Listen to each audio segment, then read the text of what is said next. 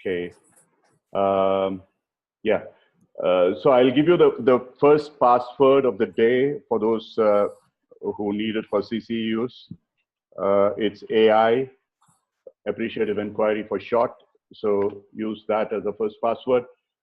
And once again, I have just put on the chat box. I hope all of you can see for future programs. Like Krishna was alluding to, I said that this is not going to stop with today. It's going to continue, hopefully forever and ever. If not me, there'll be someone else to take it forward. Every third Wednesday of the month, we are hoping to have this webinar. And to register, I have given you the link. And to request CCUs, I have given you the link as well, and for the recordings. We are trying to sort of automate the entire system. And we need to register some of this for ICF reasons as well as confidentiality and privacy.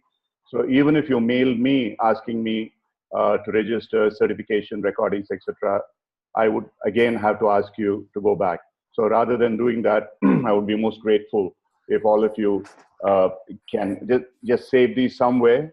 And I'll try and make it as intuitive as it is possible on the website for you to reach. It's reasonably easy.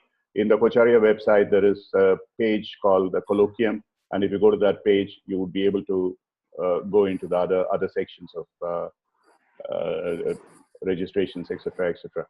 So today, pretty much is officially the last day, and I'm glad already we have about 38 people. Probably the numbers will go up to about 50 soon.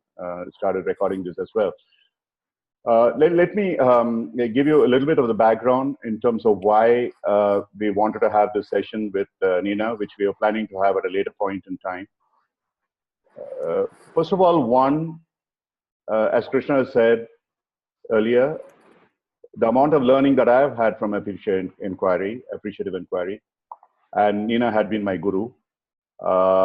She came in for a PCC program, and through her, I learned about Appreciative Inquiry. We will talk about her own contribution in a minute, and it helped me tremendously. It was not just a concept. Initially, it was, and I was familiar before that with something called large-scale interactive process, which was about dealing with very large people. In fact, actually, I used it along with somebody in a NHRD conference in 2011 in Bangalore.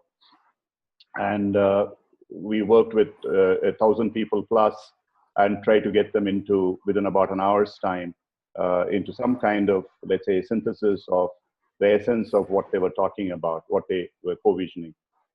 And when I was introduced to Appreciative Inquiry, I started practicing it. I found it was way, way, way more powerful. There was the underlying principles were much, much stronger. And so in my own way, I developed my own system. And when Neena sort of published some, actually on her, she presented it on my behalf. When there was a conference in South Africa, I presented a paper, which I couldn't go with her to South Africa, and sent it across for presentation. It was well received, came in for a short period of time on a webinar. It's a very, very practical business proposition in team coaching that I use the Appreciative Inquiry, and it's been extraordinarily successful for me. So there was a tremendous, for those of us who look for ROI, there was a tremendous ROI, return on investment, as far as Appreciative Inquiry was concerned.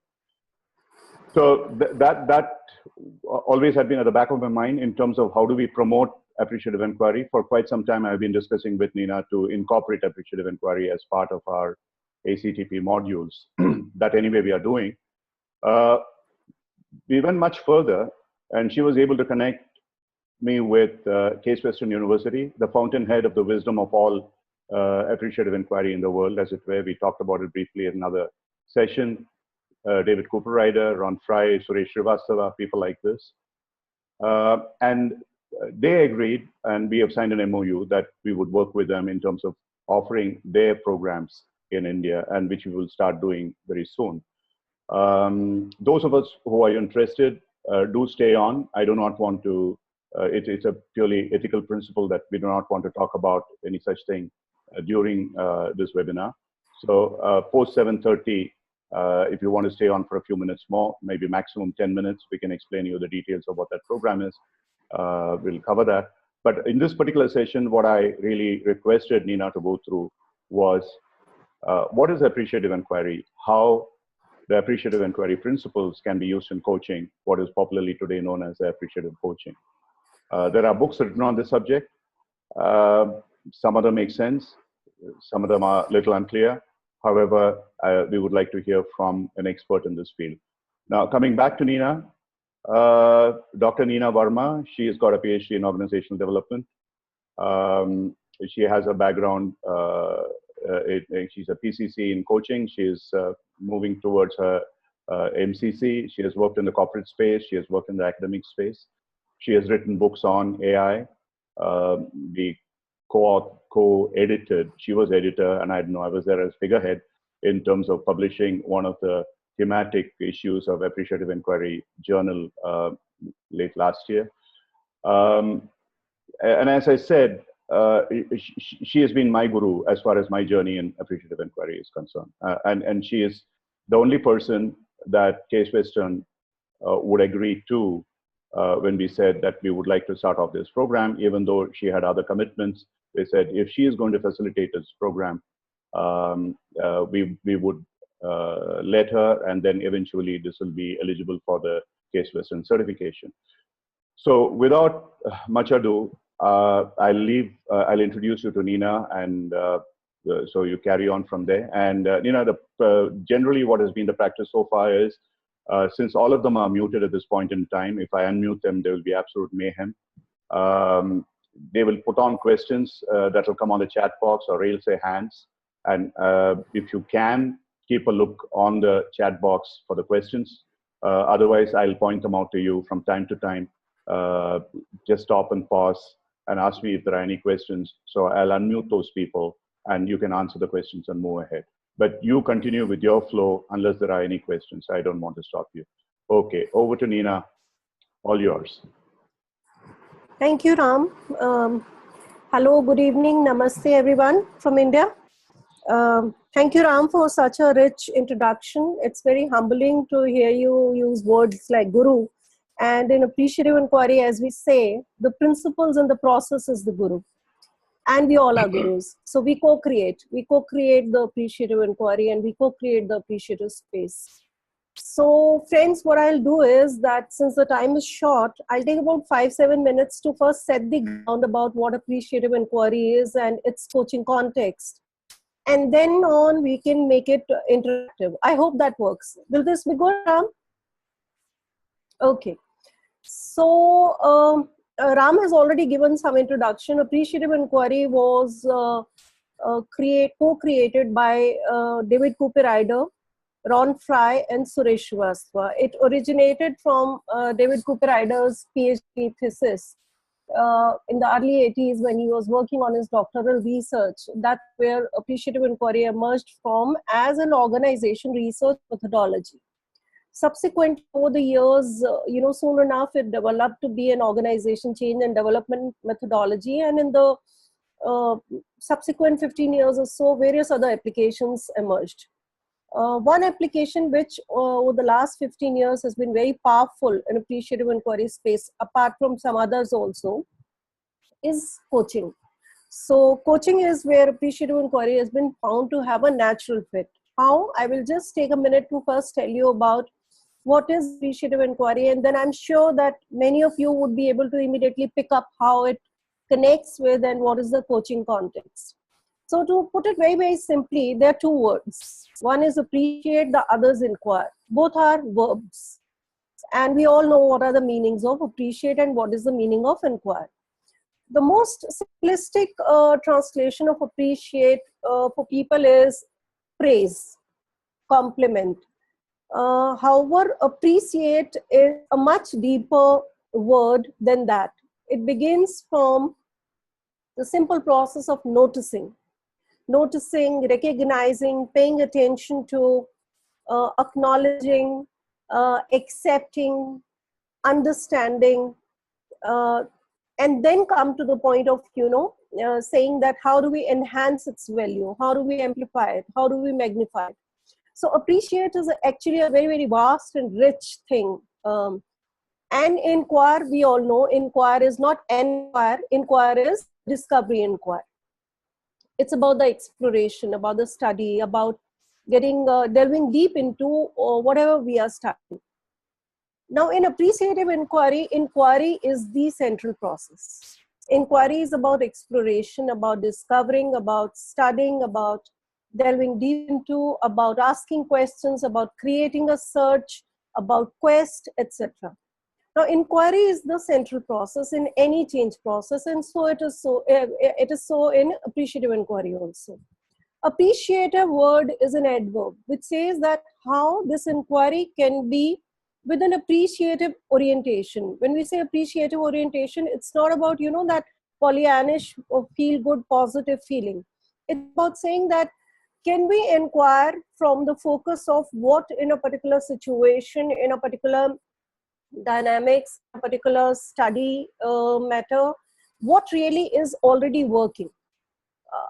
And the premise here is that, and this premise comes from both quantum physics as well as simple physics also, as well as from psychology, that any and every organic being has two kinds of inherent forces present naturally within. One are life enabling, the life generative. The other are the disabling, the life degenerative forces. Now they are equal in force and potency. They're equal in presence and they're equal in potency. And therefore they have an equal chance to grow. The point is that whichever energy we pay attention to automatically grows. So with this premise, appreciative inquiry says that can we be intentional? Can we be deliberate? Can we be mindful? Can we be very, very selective about choosing to work with what is already working, what is going right? This in appreciative inquiry is coming from a principle which is the base principle, which is called heliotropic principle. Helio all knows about light, about life-giving energy. Heliotropes are those, those botanical breeds which are typically found in tropical forest area. The most common example closer home for us is sunflower. What does the sunflower do? We all know. Sunflower is the entire day chasing sun. Why? Simple reason, we all know. Because sunflower derives its life-giving energy from sun. Now this extending into a principle becomes heliotropic principle, which says that every organic being or system, human being or system, has a natural way of identifying and follow its life-giving source. So when we put all of this together, what appreciative inquiry becomes is, it's a study of human being or system when they are performing at their best, or when the life-giving energy is at its peak, is performing at its best. Now with this, when we extend it to coaching, what is coaching all about? Coaching is all about inquiry. Coaching is all about, to begin with, say if it is a performance coaching, we are beginning with a problem, we are talking of a breakthrough solution. And if it is, going beyond that, we are talking in terms of possibilities and potential, then it is about, looking at how do we reframe and how do we uncover the potential of the issue or the problem that the client has brought on table. So appreciative inquiry and coaching have a natural connect. I just read out a few things and then you'll get it clearer, and then we can take it further. Say, if we are talking of ICF defined coaching process, there are 4 major stages: the foundation, then co-creating the relationship, and then this effective communication, and then eventually about action, change, etc., movement, etc. So in appreciative inquiry, the process is operating across 5 Ds. First D, 0D, is about defining the goal, which in coaching is like, identifying the coaching outcome. Now this foundation thing with ICF, similar. Then the next D is about discovery. Now if you relate it to ICF or to GROW model, or what Ram, in his 3A model talks of awareness, the first stage, then it's all about, discovering what? In appreciative inquiry, we call it positive core. Positive core is the constellation of those factors, those forces, those elements, strengths, hopes, aspirations, which are already creating a space of good functioning and aspirational change for the client. So this is positive core. So in D1, that is the second D in appreciative inquiry, we look for uncovering, for discovering the positive core. What in the situation is already working, what the client is already achieving good for himself, or what in a situation is already in favor of a solution, or the strengths, the unique strengths that he possesses. Now this creates the solid foundation. Then we move on to D2, which is about dream. Dream is about identifying the positive aspiration. What in coaching, we typically ask the client, so what do you want to talk about today? What do you want to accomplish at the end of this session? So dream is about that preferred future, or ideal or inspired future towards which we all are working. So this is D2. And then D3 is about, that what in coaching we call designing action, and planning for change and movement, etc. So D3 is designing for action planning, creating a resource review, responsibility, role framework, organizing ourselves and organizing the ecosystem around us for starting to act upon what seems like a good plan. Now this is what in coaching process also, in grow also, we talk of this reality, options, etc. And then eventually we come to the final D, which is destiny. Destiny is actually about creating action, creating accomplishment, creating impact, which in coaching could be way forward, or in ICF framework, the last, which is that action and movement, etc. Now this with this, I think it should be clear that appreciative inquiry and coaching, they have a very, very natural connect with each other.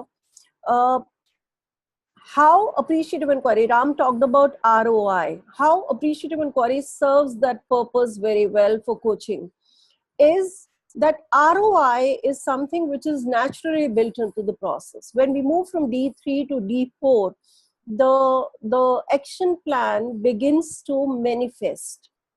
The beauty of appreciative inquiry is that it starts to help you tangibilize the action plan. There's something called rapid prototyping. So in D3, when the action plan is created, the idea is to also create a space for it to be piloted and for it to play out for itself.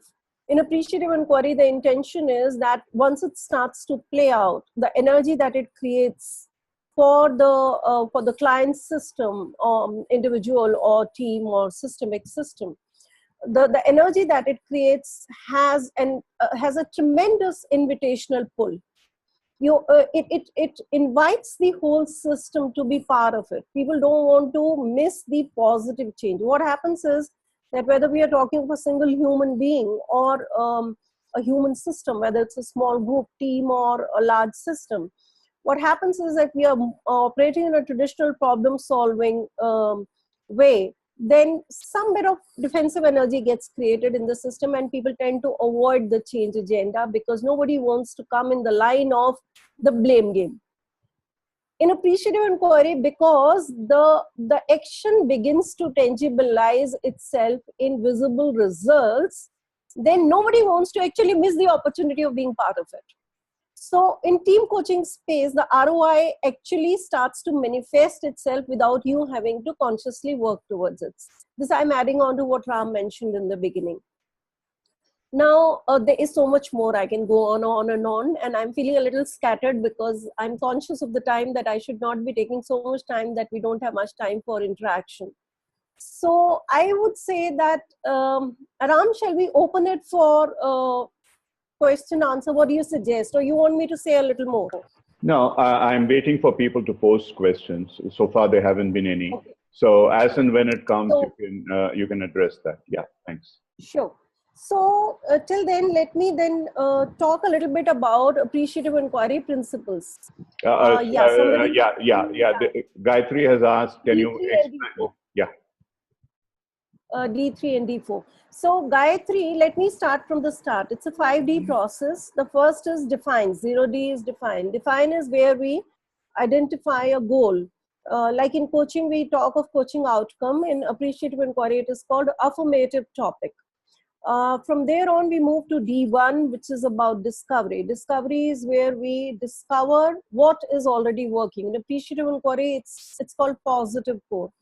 Positive core is a constellation of all those things which are already poised in favor of or in service of the goal, which in appreciative inquiry we call affirmative topic.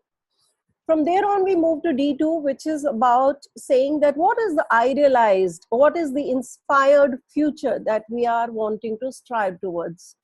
Once we get a clear idea of that, from D3, what we get is we get a map of positive potential and preferred future. These two things, they emerge from D3. Now, what you have is positive core, like what is working in your favor, and positive potential, like what you can leverage and accomplish more, better, bigger, and preferred future, like what you are striving towards. With this, now you need to create an action plan. You need to create a resource framework. You need to create an ecosystem that would help you work towards it. That is all that happens in D3. D3 is the design phase. Now, what happens in appreciative inquiry is that D0, D1, D2 are extremely engaging and abstract and creative engagements. So the energy is really peaking. Now, D3 design is a realistic phase where you need to get down, talk in terms of what I need to do. What are the long-term projects? What are the short-term tasks or activities? How do we organize them? What resources we need? What will be the ideal timeline? How will we map milestone, etc. So D3 is very, very action-oriented, high action bias. D4 is eventually actually putting that plan into action, living it out, executing it, implementing it. Like in coaching, we say that in the way forward thing is that how you're going to put it into action. So this is where the tangibilizing begins to happen. I wonder, Gayatri, if I'm clear about that. Okay. Thank you, Gayatri. So there's another question about, in context of team coaching, please outline how you would use AI in terms of structure and process.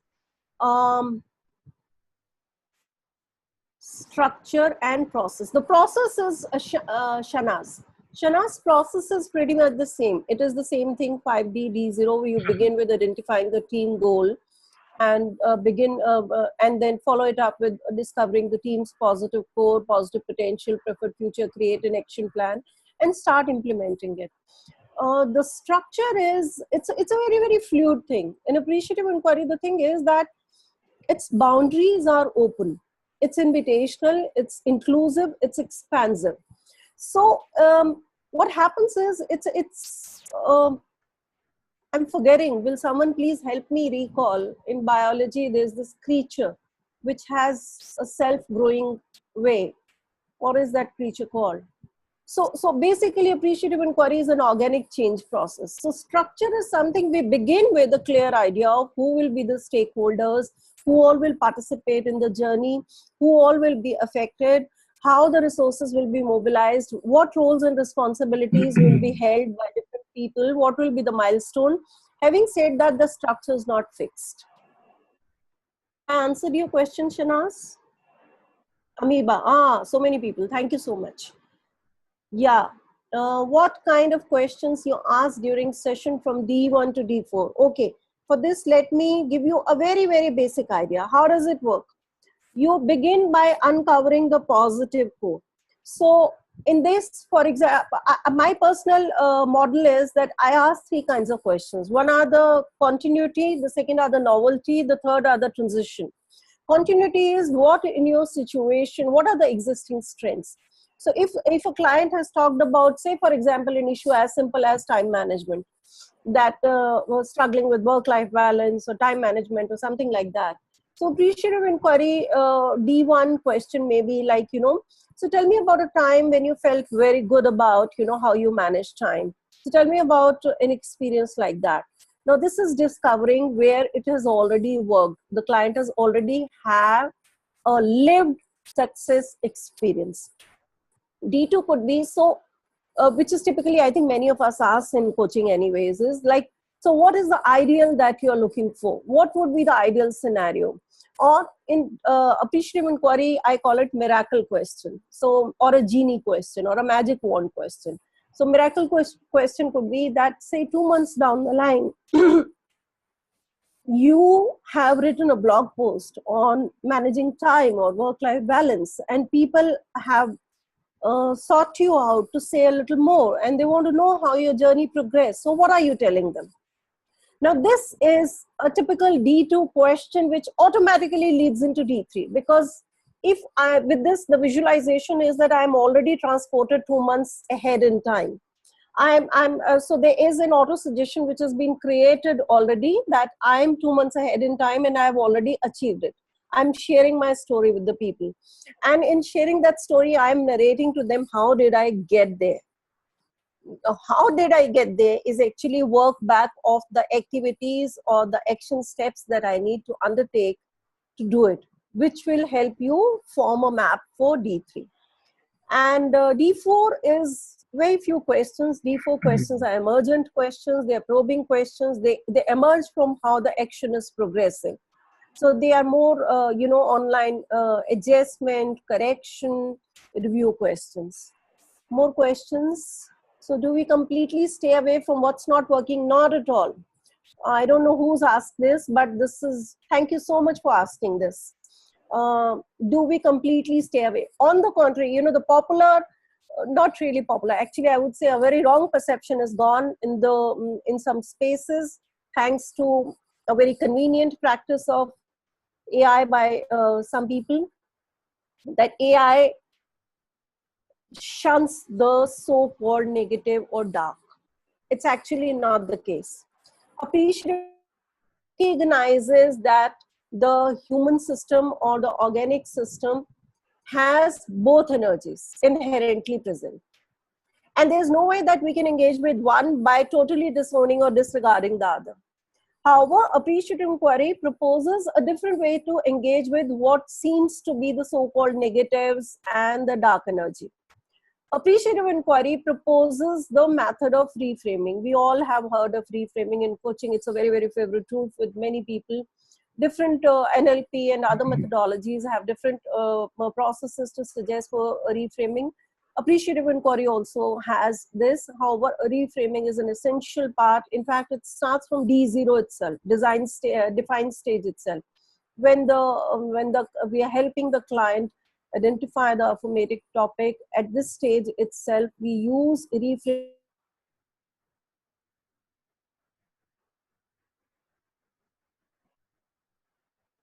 Hello, we lost you. Session. Yeah, we lost you for a brief while. Yeah, okay. Am I there? Yeah, you are there now. Yeah, for a brief, about 10 seconds, we lost you. Yeah. Okay. Can we have quick 3 minutes demo session? Akhil says so. Yes, we can. Before that, why Shanaz is saying apologies? No, because she misspelled your name somewhere. That's okay. Okay, that's okay, Shanaz. Thank you so much. Yeah. So can we go to D0 state from D to D3 if we get new? Of course, Kishore. Is this Kishore, G Kishore, who did AI practicum with me? If yes, then you know already that appreciative inquiry is a self-iterative process. However, that said, we have to put a caveat here that when in organizations, especially in the OD process, we are working, the goals have been defined, then in organizations, you would not really have much liberty to keep going back and forth. However, the agendas change and emerge, and organizations take note of it. As responsible change agents and change practitioners, it is our duty to keep pointing out the emerging agendas, and then organizations can take a call how they will take it forward in the next iteration or whatever. What if the client raises those aspects? Which aspects? I don't know. Great idea for a demo. Yes, demo would help clarify doubts. So in D2, you ask leading questions or ask the client group what they visualize will happen 2 months from now. Money, so I somehow, I don't know, I may stand out like an outlier. I I like to think that there is no neutral question, that all questions are leading in some way or the other.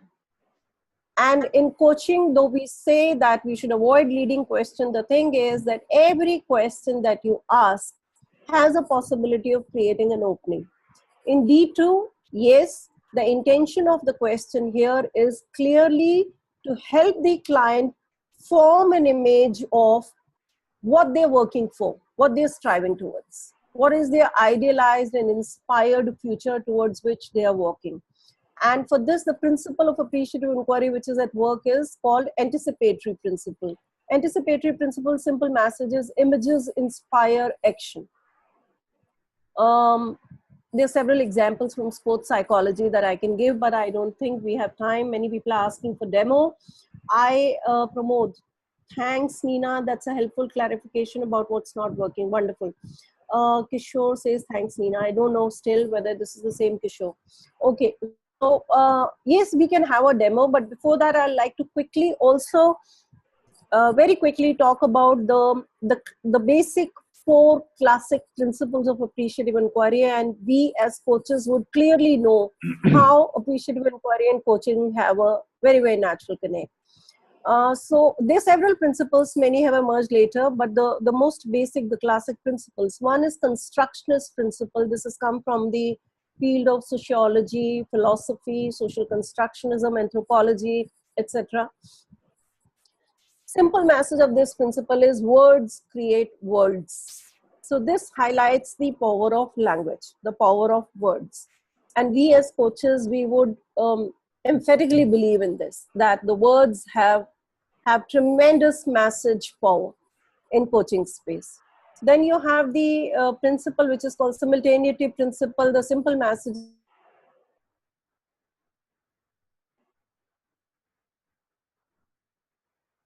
of inquiry. I'll give you a simple example. I don't know how many of us will like to act socially correct, but I will encourage you to be honest and authentic. Has it happened with some of us that a child comes home running and says that I got a 93 on 100 in maths? So what is the typical response of an Indian parent? Any, just put it in the chat. Yes. Yeah, Mani, it is continuity, novelty, and transition. I'll just come to that in a while. Any responses? My child comes home running. I got 93 on 100 in maths. What will be the typical response? Excellent. Well done. Akhil. Excellent. Payal. Excellent. Where did you miss? Who said this? Suresh. Yes. I like your authenticity, Suresh. What happened to the other 7%? Where did you lose 6 marks? What happened to 7? Ha ha ha. Neena, how do you manage the OD consultant? Okay, we'll come to that later. What about the 7? Excellent. You could have done better. Who's the highest scorer? Yes. So I appreciate all of those who have been authentic, and I like to assume all have been authentic in whatever way they are responding. So what are the typical responses? One could be, well done. Okay, how could you have done better, etc. So this is a very, very nice and ideal response. Typically, if you were a typical Indian parent, and I have no qualms in admitting that before AI happened to me, I was also an anxiety-driven parent like that. So, so there could be responses like, so what is the class highest? What did your best friend get?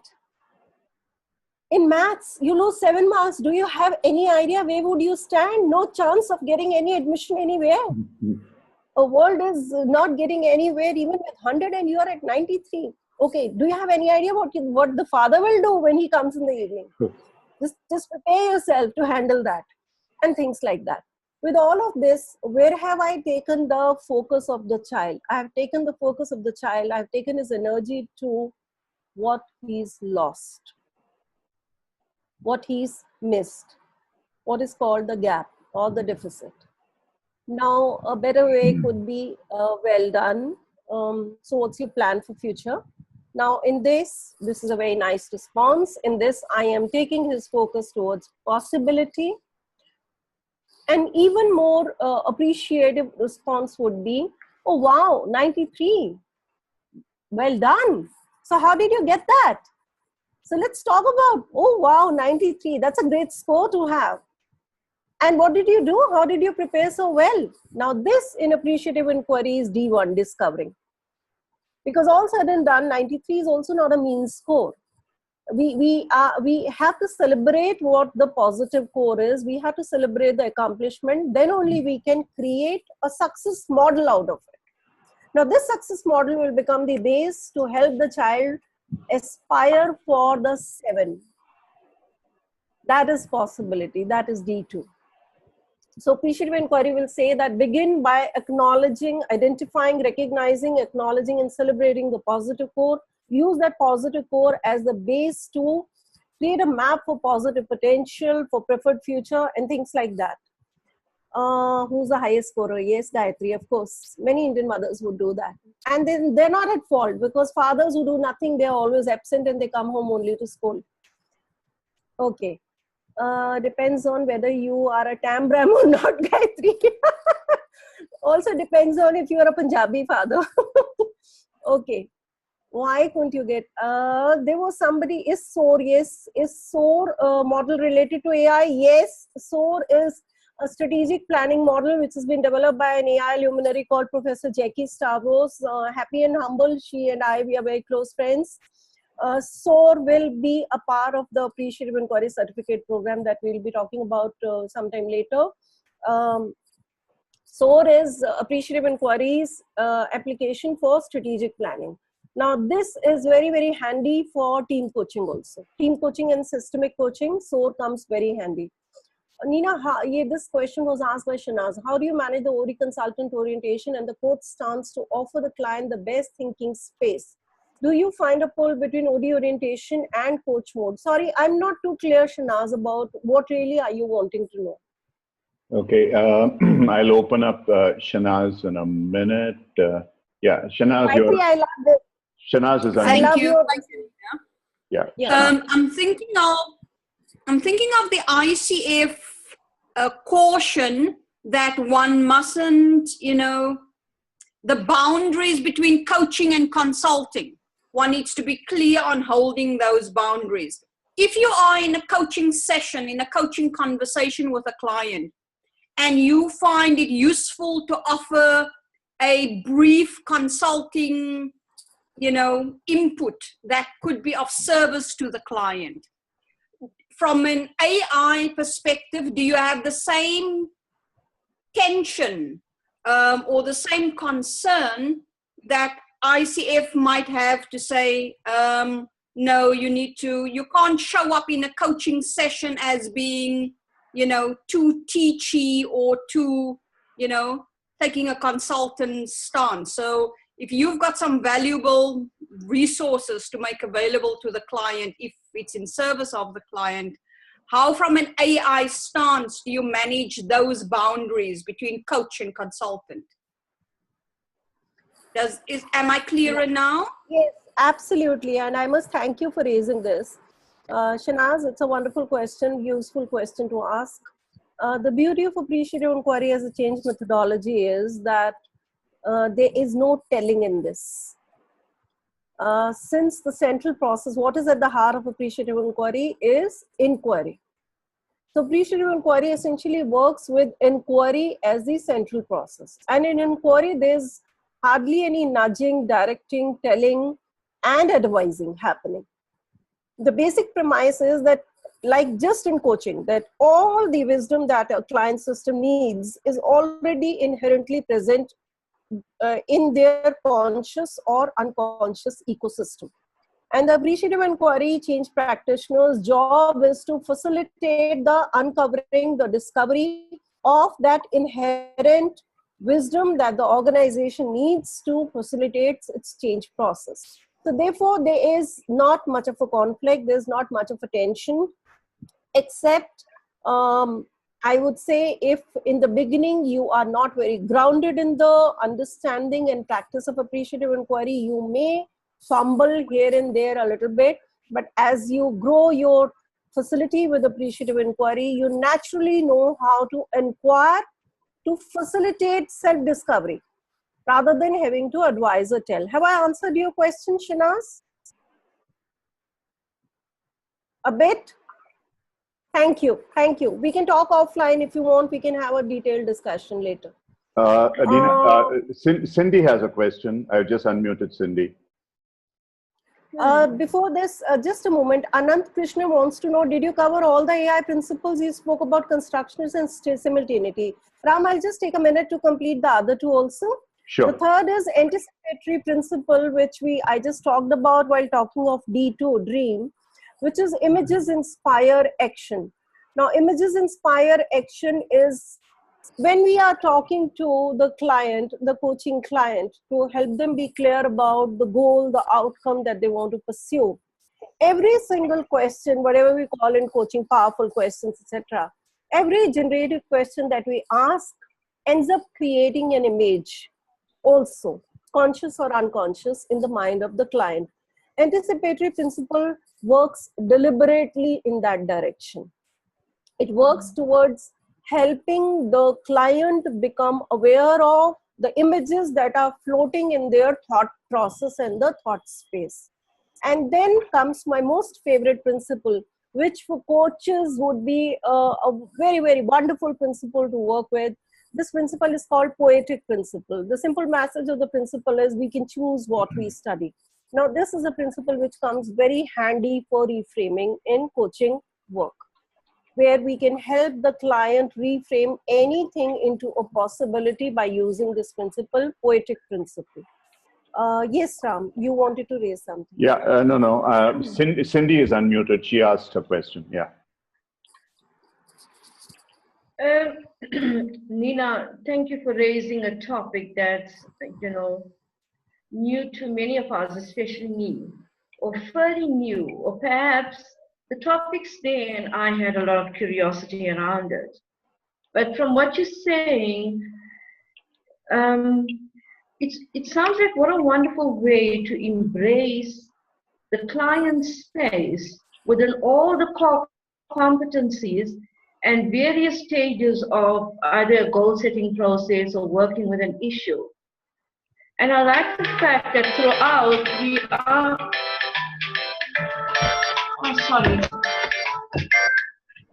I like the fact that throughout we are acknowledging the client in the journey that they're on. And I say this because so many times we come to a session and assume the client knows very little. And it seems like an appreciative inquiry is acknowledging what's already there and present and building on or inquiring more from that. So for me, it sounds like, when you talk about the space, when you talk about holding the space for coaching, then it's like holding it in a space of appreciating and yet inquiring. Am I right? Absolutely. And Cindy, before I respond to what you're saying, I shouldn't be doing it in a professional forum like this, but I can't resist. I am so in awe of you, and I'm so happy to meet you today here. So happy. Yes, the beauty of appreciative inquiry is exactly what you described, that creating that space where there would be a very natural flow from competency to competency, the phase to phase. If we talk of the 4 phases of ICF process or grow, or, I like Ram's simple model of AAA, phase to phase movement and the flow is so smooth and natural and organic, and yet not so binding that if you move to a subsequent stage, you can't come back. It is organic. It is chronological for convenience sake, but it is not chronological to bind you there. It is organic. It allows you to keep coming back and moving forward. In appreciative inquiry, we begin with something called appreciative interview. The reason that I so naturally took to coaching when I began in 2005 was because appreciative interview was already in almost like my second skin. It was so deep into my skin. Appreciative interview is something which I feel is just like coaching conversation, which is where we say that create the space for the person So it is called interview because it began as an organization research methodology, but basically it's a free-flowing conversation, free-flowing but not agenda-less. It does have an agenda, which is like, coaching outcome, or in AI, what we call a formative topic. So there is a certain direction towards which we are moving, but we are not moving in a conducted way.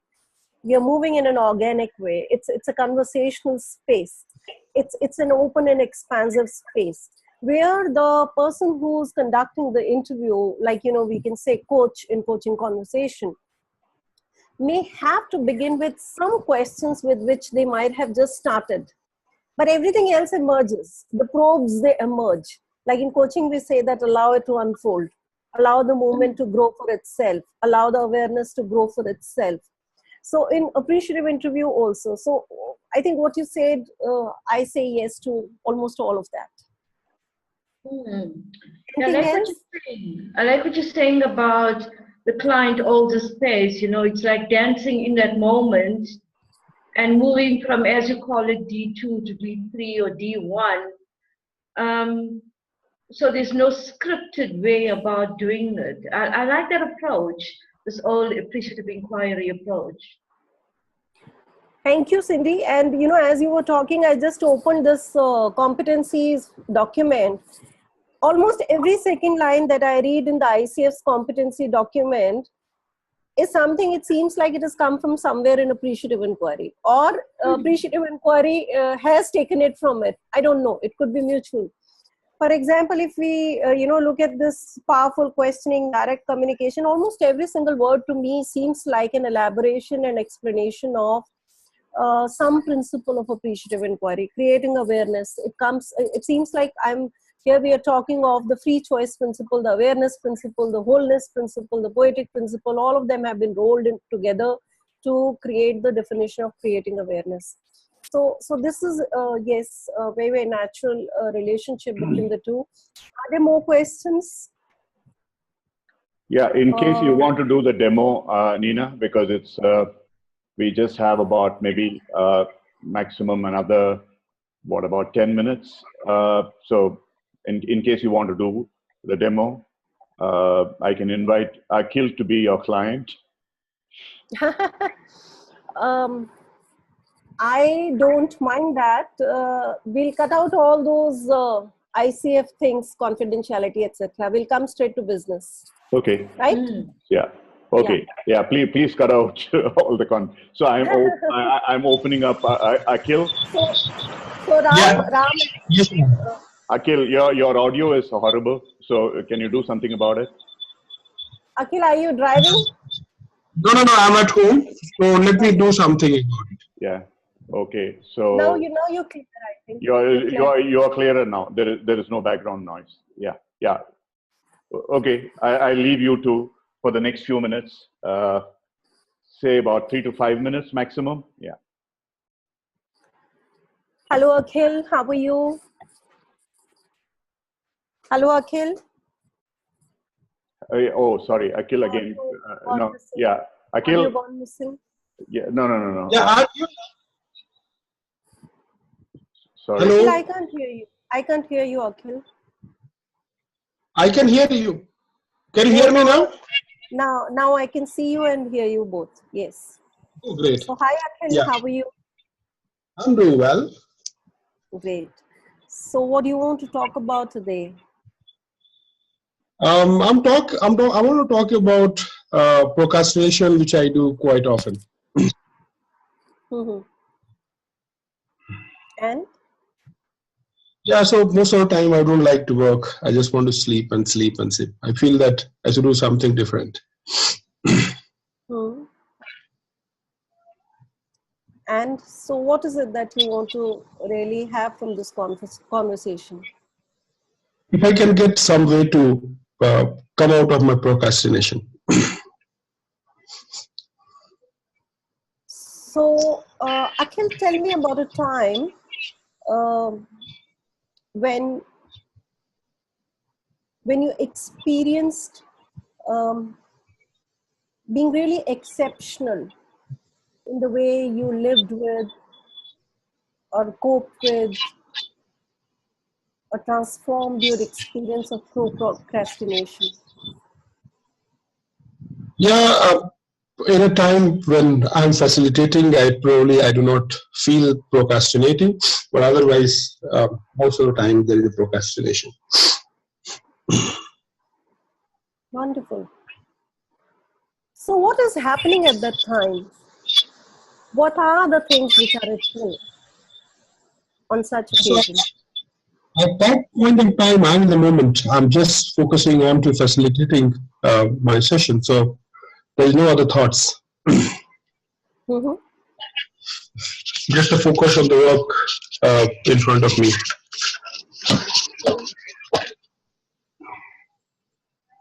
And? Yes, and therefore at that point of time, there's no other thoughts. But the other times, there are thoughts that, yeah, it can happen later, and let me sleep or let me do it later. There's enough time. Mm-hmm. And what more? Yeah.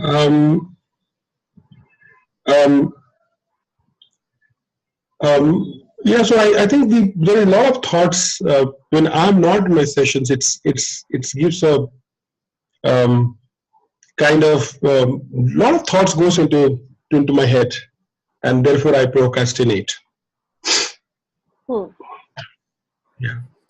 So Akhil, when you were talking about the experiences when you feel in the moment, what else is happening at that time when you are feeling in the moment and you feel like, that you're progressing?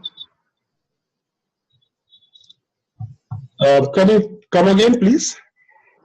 So let's, would you like to say a little bit more about when you said, experience of being in the moment?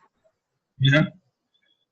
When you say that you feel like you felt exceptional about living with the experience of procrastination. Yeah, so I think when I'm not procrastinating, there's a lot of energy. I feel I'm top of the world. The works are happening, and actually I become kind of a single-minded, single-focused, single-task-oriented person at that moment. But when I'm procrastinating, it's there are too much of thoughts and keeps on saying that, yeah, I will do it later. Why now? So I heard you say things like, being in the moment, being single-minded in your focus. When you look at these trends, where do you want to take yourself from there on? I would like to, right now, when I'm looking at procrastination, I think I'm at 0, but like to move on 10. Wonderful. And what does that 10 look like? So I'm in the moment, I'm not thinking of that I should do later. I should keep on doing the work which I wanted to do it. So there is no decision putting aside and not doing it. I'm just doing it. That would be my 10. I heard you say just doing it. Yeah. Imagine if you were to have an opportunity to share with the world 3 months down the line how you accomplished the experience of just doing it. What are you telling the world? That I'm enjoying my life because whatever the planned work I have, I'm able to complete that, and therefore a sense of accomplishment is on a rise. Great. And there's a curious person like me in the audience who asks you, so Akhil, how did you achieve it? What did you do?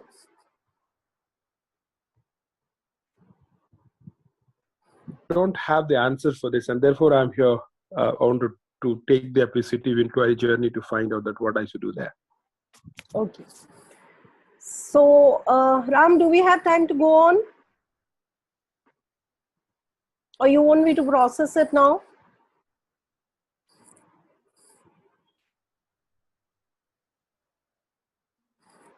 Ram, I can't hear you. Sorry, Ram, no, I'm sorry. I was muted. Yeah.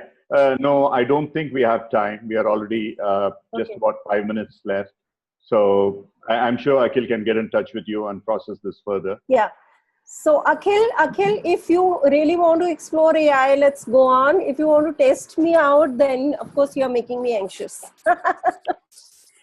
Somebody has mentioned NLP visualization. So yes, because power of image and power of belief are working as one of the foundational tenets in AI also, which is there in NLP as well. Perceptual positioning, yes, you can say it is working here as well, because we are taking, at some point in time, we are taking the client to P1 and P3, not necessarily P2, unless we are working in the relationship space. So yes, there is some similarity, some commonality, because primarily of the power of belief and power of image and power of expectation tenets. What is this question? Isn't appreciative inquiry coaching de facto a group coaching methodology, or is it one-on-one too? As I said, Mani, that it began as an organization research methodology, moved on to become an organization change and development methodology. And overall, it has been found to be as much powerful with small groups and individual work. In fact, appreciative inquiry has been extensively used in the community development, sustainable development space also. I would personally like to just take a moment to say that appreciative inquiry at individual level, I think has twice in my life I have come back to life from a near, I would say, death situation. In 2009, when I had come down with a threatening life, a medical condition, and I was almost gone. And that's the time when I think, because of that unconscious embodying of the appreciative inquiry principles, something helped me pull myself back into life. And then appreciative inquiry being, so naturally part of my rhythm, my way of being, I think somewhere it kind of trickled into my atmosphere around me. So some of you know, some time back I had the gravest tragedy of my life, and as I was trying to breathe again and come back from that, out of that, my youngest son became my appreciative coach, and he helped me accept and live with my grief in a very, very powerful way, which led to him presenting paper at World AI Conference in 2015 on the theme Transcending Grief, Deep Appreciation Way.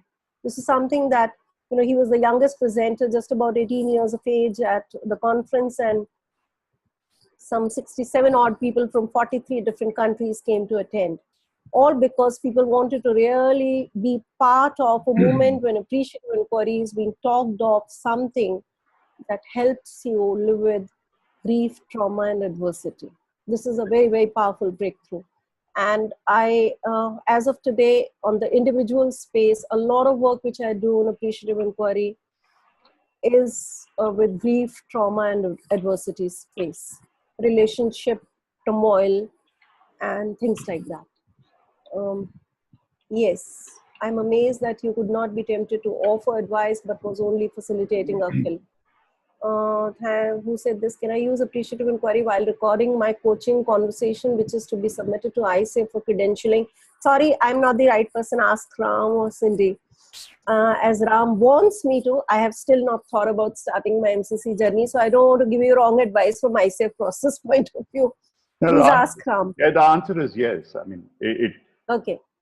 Like you said earlier, you can be a beginner and ask questions which are inappropriate. But like you were doing with Akhil, and you're working in that space, of course, it's completely accepted by ICF. You just have to be away from solutioning mode and teaching mode. That's okay. Yeah. Somebody is asked about my son's paper. He He wrote to the conference saying, I do not want to share talk from a printed content. He did not write a single word of content. And conference organizers readily agreed. So he did not write anything. He spoke impromptu, whatever came to him in the moment for 45 minutes. And the audience was all moved, and many were in tears. But that said, he has agreed to write a chapter on this theme in my upcoming brief psychology book. And when that happens, I would be happy to share that with the world. Neena, we are on top of the hour, Yes. so Yes. if it's okay, I know that there have been other questions there. I would encourage, Ram, I would just like to close with this, that you and I, we are very much, we have been given this consent to share the editorial that we wrote, if you remember, for the issue Coaching for Transcendence. So that is what we can freely share with the group if they want. Sure. What I can do is once you send it to me, or I can pick it up. If you can send it to me, it's easier. I will put it as part of the offerings of the week. You have it. You have it. Yeah. If you can send it to me, it's easier for me. Okay. Let me summarize. Thank you very much, Neena. Absolutely fabulous. And really, I mean, it shows from the number of people who were here, 60, which is higher than most of the days. What I'd like to just remind all of you is that all the webinar recordings, the chats, as well as the audios, the videos and audios are going to be uploaded probably by Wednesday, Thursday latest. I've got most of them. Today's I'll do and then have it done. My son Pranav would be uploading all that. So I've already, at the beginning of this chat, you can go back and look at it. I have indicated the page in Kocharia where that would be available. We'll try and make it as intuitive as possible. So please avail of this, and you can download whatever you want. And it'll be there as well. And if you have any further questions on any of these, directly contacting the people who delivered it, please mail me and I'll be able to do it. But try and do it directly through the website, because I would like to keep a record of all this happening, not just on my personal mail or official mail. So please bear with me on this. So at this point in time, we will close the session, and this is also closing pretty much the week-long, more than a week-long, 8 days long International Coaching Week. It's been a tremendous experience, learning experience for me and for many of you who have been here. And we hope to continue this, as I said, every third Wednesday, and you will have an opportunity to register for these programs. The next one that we have is in June, whatever the third Wednesday is. I think it's 21st or 23rd. I'm not 100% sure. Yeah, it is 21st. It is Janet Harvey. Janet Harvey would be, she is a past global chair. She is the head of the ICF Research Foundation at this point in time. Very well reputed, globally present person in coaching. Janet is going to talk about a subject which inspired me a lot when I was working with her. She calls it sovereignty. How do you become sovereign? How do you transcend? This is Neena's theme, which she did in an AI magazine. How do you go beyond any of these normal stages into a stage of complete sovereignty, where you are, in a sense, you are complete ownership of yourself. You are in presence of yourself. At the same time, you do not have any need to project yourself. So please be there on the 23rd if you can. So I'll close the session at this time. I'll stop the recording. And those of you who want to stay on for a few minutes, maximum 7 odd minutes, Neena and I would answer any questions on the upcoming event that she has in Bangalore and later in Mumbai, NCR, etc., on the Case Western University's advanced program, which starts with the foundation program. Thank you all. Thank you very much. I'll stop the recording now. And those of you who want to stay on, please do. Thank you.